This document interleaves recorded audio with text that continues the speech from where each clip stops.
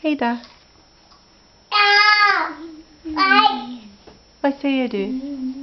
Vad säger du, lilla Harrison? Pratar du? Äter du äpplen med jordnötssmör på?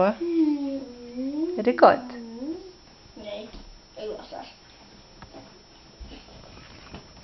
Hörde du, lilla pojke? Hej då. Hej på dig då. Är du gullig och söt? Har du lärt dig gå? Kan du visa så att du kan gå? Kan du visa? Kan du visa?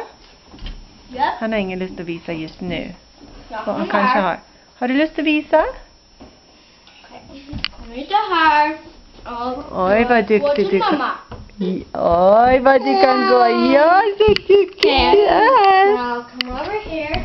Prata svenska till honom. Nu går till mamma. Hurra, hurra. Kom hit. Kan du gå till Axel? Kom hit. Yay! Så duktig du är, Harrison!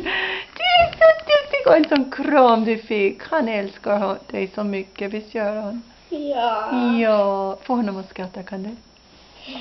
Harrison, ready? Förklara färdiga.